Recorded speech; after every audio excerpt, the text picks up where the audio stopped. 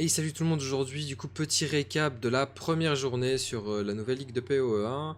On joue un Fils Dot, donc on joue un Exorginate Rip. Tout ça pallié avec, bah voilà, on est en automatique avec le Kinetic Blast qui va venir appliquer du bleed absolument partout sur la map. Et grâce à nos gants, on a un Explode qui va vraiment venir nous aider énormément sur le clear.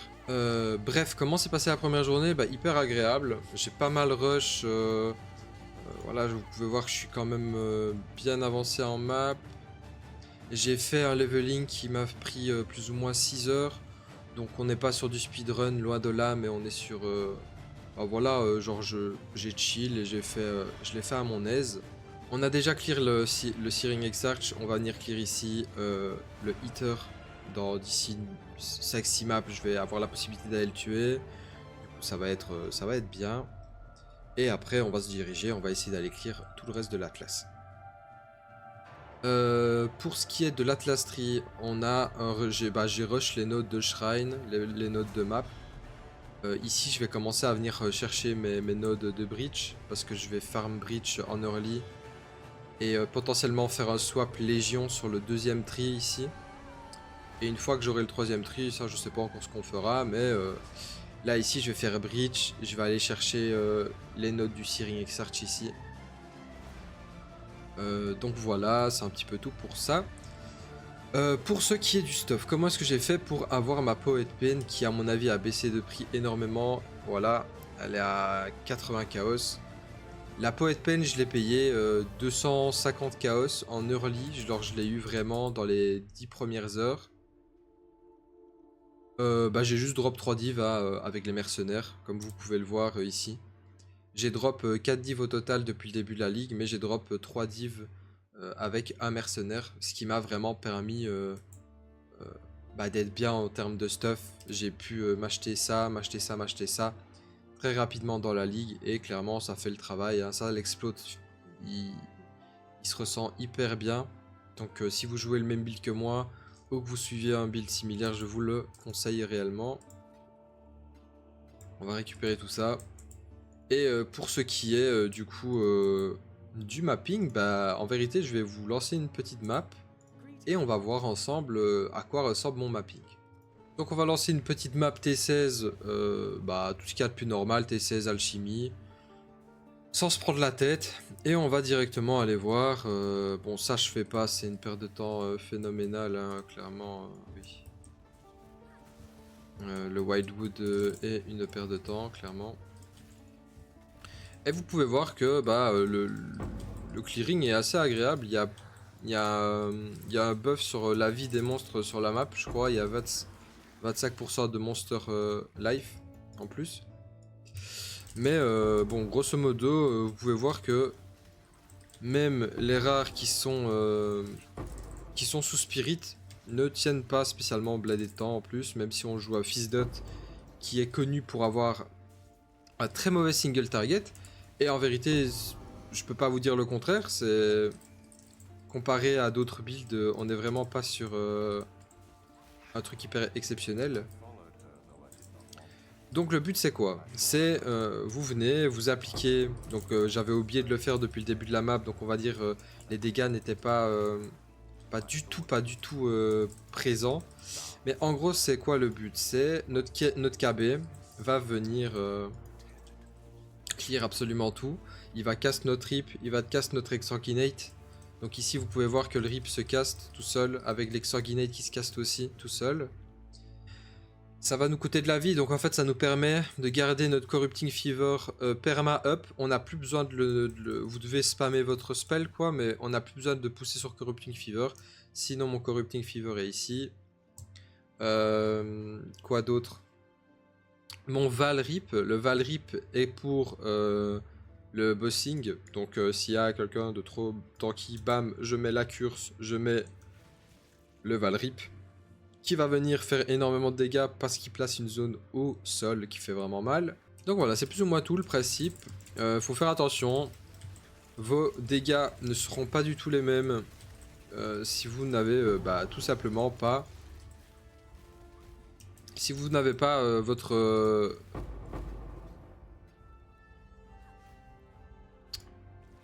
si vous n'avez pas votre Corrupting Fever de activé, évidemment, c'est comme si votre build était qu'à moitié activé au final. Donc voilà. Corrupting Fever, au moment où on l'active, vient prendre un gros pool d'HP. Donc faites attention à ça, à ne pas l'allumer, enfin à ne pas l'activer quand vous êtes dans des trop gros tas. Ça peut être grave pénalisant pour vous, hein, clairement. On peut clairement mourir bêtement pour ce genre de choses. Vous allez me dire c'est pas trop grave de mourir et tout, je suis d'accord avec vous, mais bon c'est toujours emmerdant de perdre 10% d'XP. En termes de niveau, on en est où? On est niveau 90, je me suis arrêté 90 hier. Bon, je suis plutôt content avec, avec ça, en vérité. D'habitude, je suis assez lent à League Start, je prends mon temps et tout ça. Là, je voulais vraiment vous faire, je veux vraiment vous faire du contenu le plus rapidement possible. Donc, j'essaye un petit peu de me la donner. Normalement, d'ici demain, on devrait commencer à avoir, par exemple, ici, on commence à avoir déjà une breach. Donc, à mon avis, d'ici demain, on va commencer à avoir notre première méthode de farm qui va s'appliquer à breach. Vous pouvez voir qu'avec ce genre de build, breach c'est vraiment un plaisir, hein, clairement. Vous avez juste à rester AFK au milieu et vous mettez votre bleed partout. Il me manque quand même pas mal de damage. Cependant, je vais absolument essayer de farm aujourd'hui pour avoir mon Dark Monarch qui va venir vraiment limite me faire x10 sur mes dégâts. Et vous pouvez voir qu'ici il me manque une cluster ici et il me manque une cluster ici. Cluster pourquoi? Parce que je vais venir prendre Primordial Bond qui va me servir tout bonnement à avoir 10% d'increase damage par golem. Donc ça fait 40% d'increase damage. En plus de ça, on les rend giga tanky, donc c'est bénef. Et en plus de ça, il nous donne un effet off buff. Effet off buff, pour ceux qui sont pas au courant, les golems c'est quoi?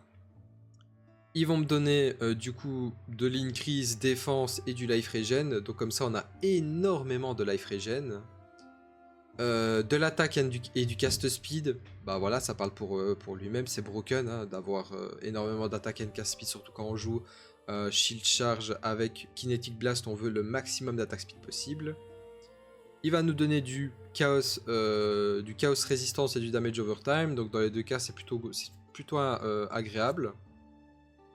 Et ici de l'area et de l'increase damage, donc le tout dans tout, avec en plus de ça notre ascendance qui nous permet d'avoir 2 golems supplémentaires et que nos golems soient immunes aux dégâts élémentaires et qu'en plus ils résonnent toutes les 4 secondes. Après, ils se réinvoquent après 4 secondes s'ils se sont fait tuer.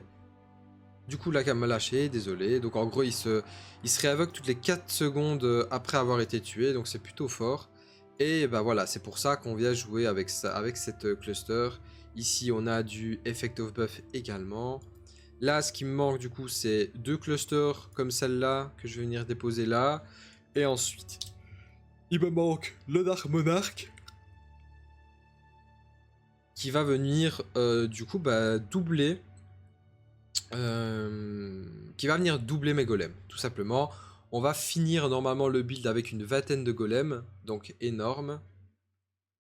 Mais pour ça, on doit farmer nos 7 divines qui sont vraiment très importantes. Qu'est-ce que je veux montrer? Il y a également cette gemme qui va venir nous décupler nos dégâts, qui coûte un petit peu également, c'est 4 div, il nous en faut 3. Donc vous pouvez voir que ça va donner énormément de buff effect.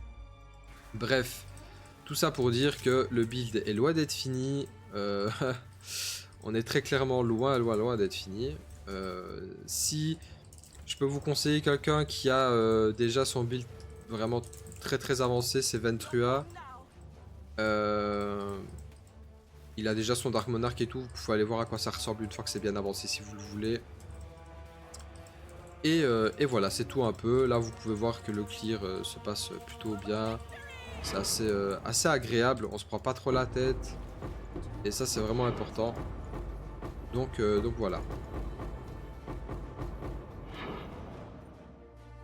Pour ce qui est du bossing, du coup, je vais vous montrer le bossing sur le personnage. C'est pas le plus incroyable, mais on n'est pas les plus à plaindre non plus.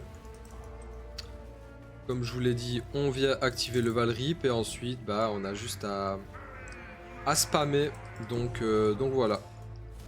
Bossing assez simple. Comme je vous l'ai dit, le build n'est pas un boss killer, du moins pour le moment.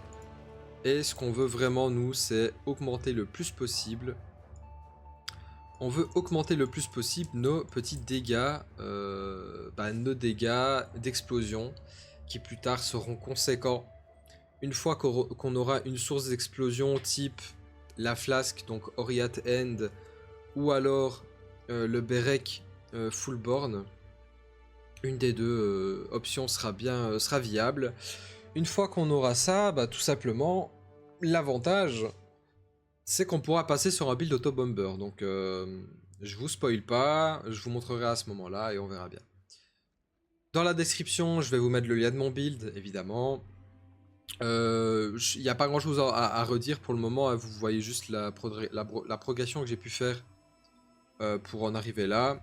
J'ai juste fait ma campagne et j'ai spammé les maps. J'ai pas fait de trucs spécifiques. Ok, passons maintenant du coup à la mécanique de League, ce que j'en pense.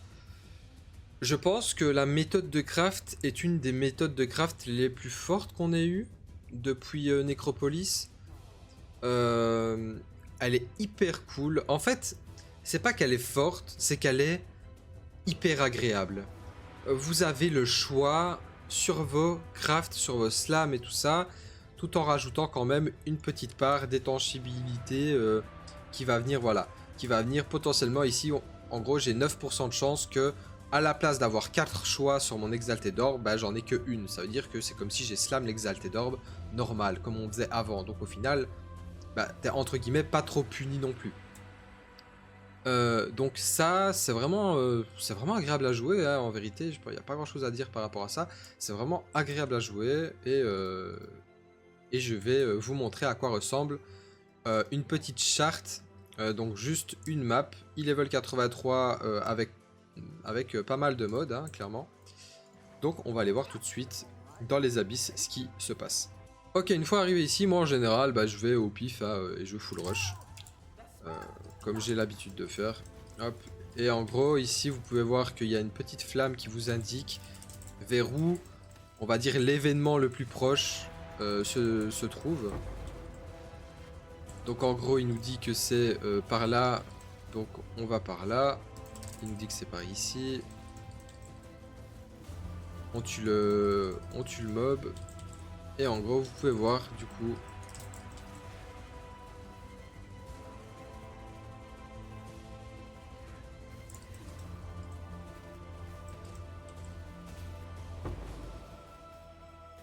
Donc ici, vous pouvez voir que la lanterne nous dit de nous diriger par là. Pourquoi? Parce qu'on a un message in a bottle. Bon, il commence à me saouler. Le mob, là, ça fait 1000 ans, il est en train de me suivre. J'en peux plus. Lâche ça, frérot. Donc on va venir chercher notre petite message in bottle. Message in bottle, vraiment, vraiment très fort pour le coup. Je pensais pas que ça allait être aussi fort, mais pour le coup, c'est vraiment fort. Et je vais vous montrer ce que c'est tout de suite. Donc quand on ressort, on a du Deadman Sulfur. C'est Deadman Sulfur, ce qui va nous permettre d'utiliser le crafting bench. Donc ce qui va vraiment être plutôt pas mal, qu'on se le dise. Bref, on peut directement identifier nos items à Valérie. Ensuite, on peut lui vendre nos items, donc c'est plutôt cool. Ça, je garde parce qu'on sait jamais. C'est un unique, donc j'aime bien avoir ma petite collection d'uniques, c'est pour ça que je le vends pas. Et si vous avez la chance de tomber sur un message in bottle, vous avez potentiellement de la chance de tomber sur n'importe quoi. Donc ça me fait penser un petit peu à la carte Void qu'on peut avoir dans le jeu. Donc la carte Void qui vous donne un drop aléatoire. Et vous pouvez voir que la mécanique de League, voilà, se fait vraiment très facilement. Pour ce qui est des voyages, alors j'en ai fait quelques-uns. Pour le moment, j'ai pas trop l'impression que ce soit dingo. Mais mais à mon avis, je l'ai peut-être mal fait. Je l'ai peut-être mal fait. À vrai, je saurais pas dire. Parce que je sais pas s'il faut connecter aux extrémités ou pas. Je vous mens pas qu'à vrai dire, je m'y suis pas trop penché non plus. Ici, ce qu'on peut voir, c'est qu'on peut on peut placer un petit peu ce qu'on veut. Malheureusement, je vais pas avoir de quoi. Voilà, comme vous voyez là, je peux pas avoir de quoi faire un voyage, sinon je vous aurais montré. Voyage rentable, mais j'ai pas drop encore de dagri dedans, donc wait and see. Bref, c'était tout pour cette vidéo, je voulais pas la faire trop longue, de toute manière, voilà. Si vous voulez suivre le build que je suis, je vous mets le POB qui est assez bien expliqué du coup dans la description. Je vous mets la vidéo qui va avec pour ce qui est du build en lui-même. Si vous voulez une version française du build, vous me dites, j'essaierai de contacter la Rueto pour voir si c'est d'accord et si j'ai le droit de me faire un build guide, enfin du moins de vous expliquer correctement le build dans une vidéo. Sachant que c'est pas mon build, je suis pas là à me prendre les louanges, clairement je n'ai rien fait dans ce build, hein. Je le suis à 100% parce que je sais qu'il est extraordinaire en late game. Bref, tout ça pour dire que voilà, on va se retrouver du coup tout à l'heure en stream et j'espère que vous serez présents. On se voit tout à l'heure et bonne journée à vous.